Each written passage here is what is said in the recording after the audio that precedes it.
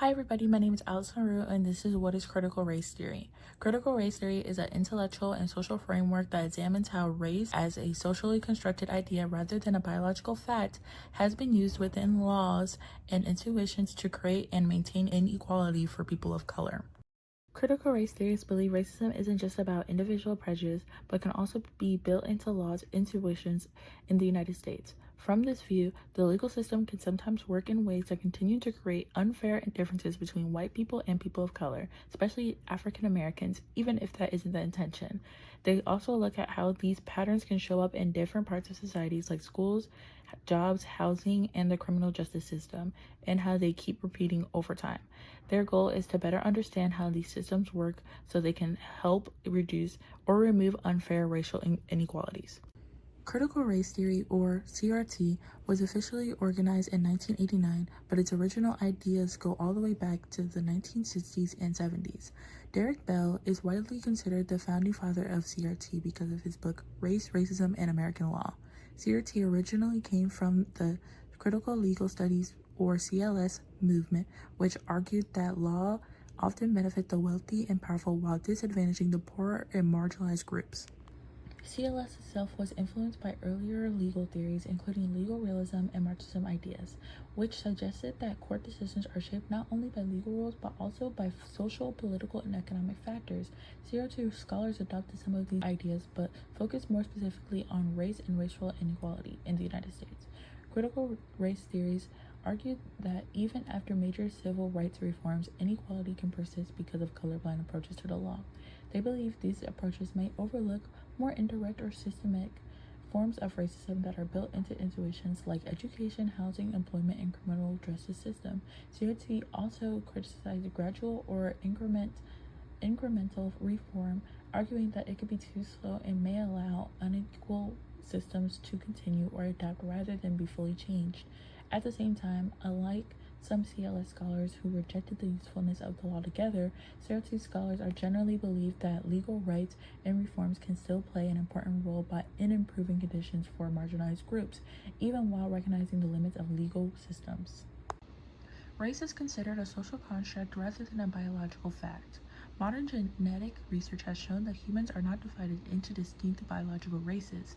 Instead, race is a category created by societies often based on visual traits like skin color or hair.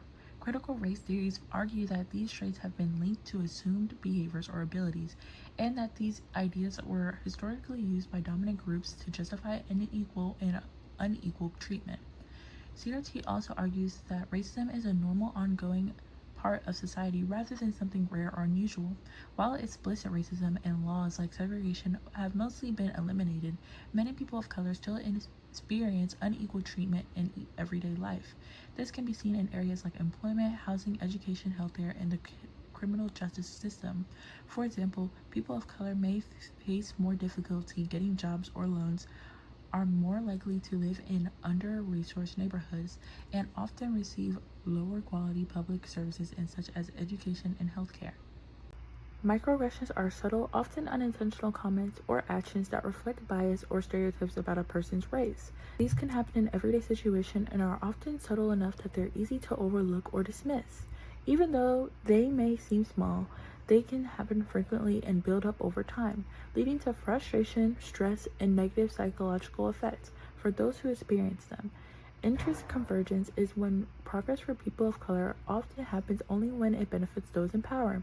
For example, some scholars like Derek Bell argue that the decision in Brown versus Board of Education may be influenced not only by a desire for justice, but also by concerns about the U.S. global image and political stability during the Cold War.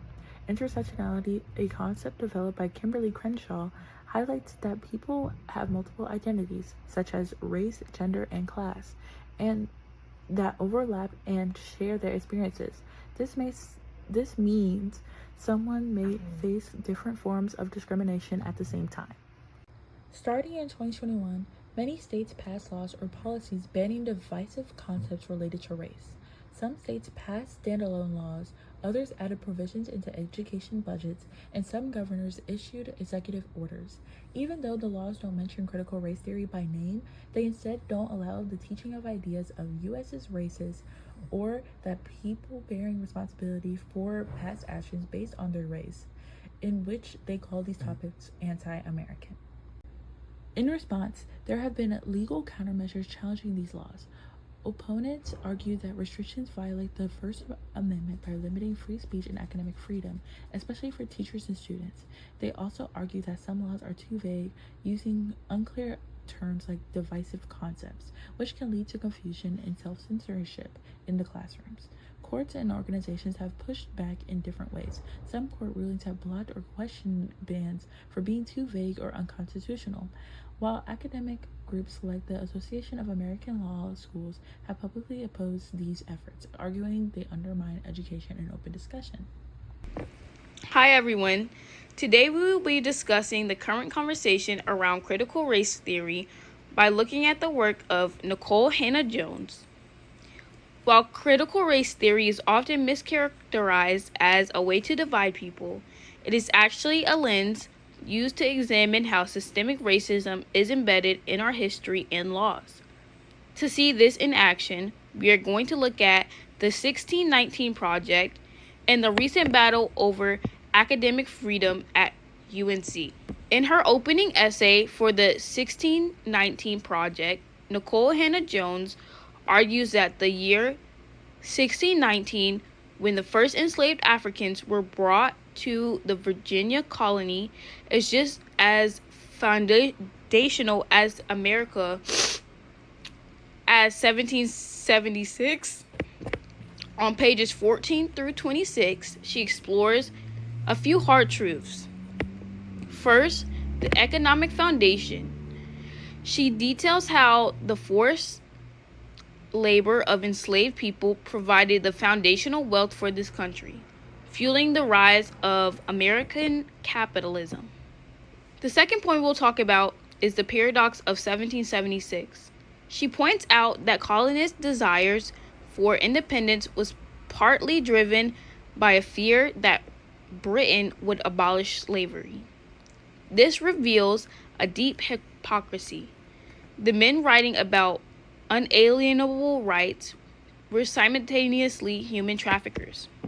The last point we will talk about is Black Americans as perfecters of democracy. This is her most vital point. She argues that Black Americans are the true founding fathers of our modern democracy. By fighting for their own citizenship through the Civil War and the Civil Rights Movement, they forced the nation to actually live up to their founding promises.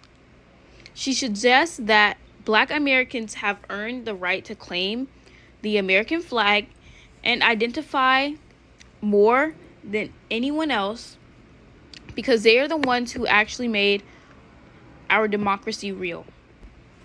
Next, we will talk about the UNC versus Howard controversy. In 2021, UNC's Hussman School of Journalism and Media sought to hire Hannah-Jones for the Knight Chair in Race and Investigative Journalism. The scholarship led to a massive, real-world conflict regarding academic freedom. She was recruited for a prestigious chair at the University of North Carolina. Historically, this position came with a tenure, a contract that protects professors from being fired for political reasons. However, the UNC Board of Trustees refused to grant her tenure. We later learned that a major donor and several conservative board members pressured the university to block it because they disagreed with the 1619 Project.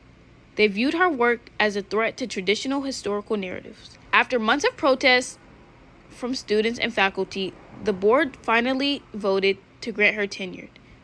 But in a major turning point, Hannah-Jones said no.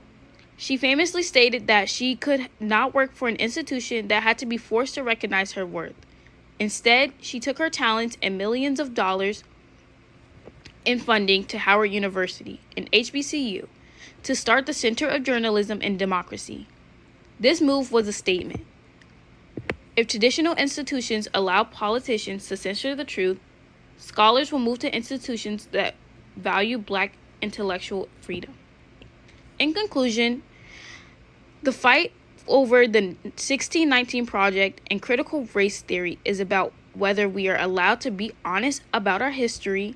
As the Truth Be Told campaign emphasizes, we cannot solve today's inequalities if we are afraid to look at them and where they started. By understanding the roots of our system, we have a better chance of building a truly just figure. Thank you.